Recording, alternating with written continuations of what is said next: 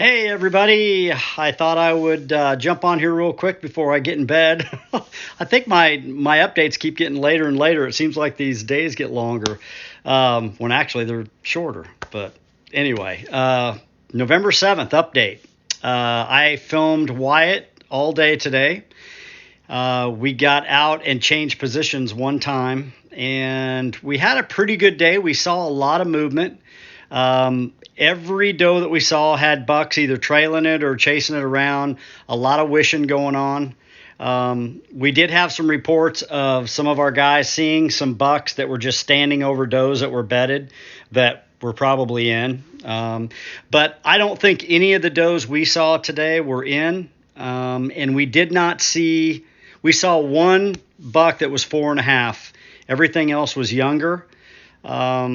So, it's kind of like I was telling Wyatt earlier today. This time of year, you kind of got to be patient because one day it could go from 0 to 100, and unfortunately it can go from 100 to 0 too. And it's just a matter kind of being in the right place at the right time whenever one of these bucks drops a doe and they get up and on their feet, or when a bunch of does in your area come in and it just turns it into a frenzy with just all the movement. So best advice, same thing I'm going to do in the morning.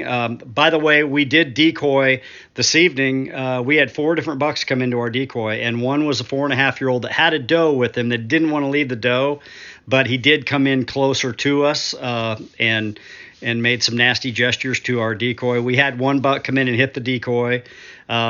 Mainly younger deer though. So still having good luck with the decoy. I'm taking it again in the morning. I'm going to be setting in a kind of a transition zone, and tomorrow morning I'm taking the recurve and hopefully maybe get one in really close. So, but to go back to what I was saying is that I think we're still in that time when you want to be close to bedding areas, not necessarily around food, because every time these does get around food now, they're just getting chased all over the place. So I think the bigger mature bucks are going to be closer to the bedding areas, are going to be cruising the bedding areas.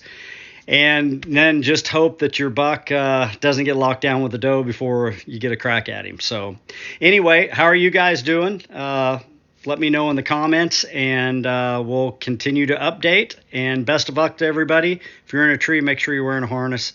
Be safe out there and shoot straight. Good night.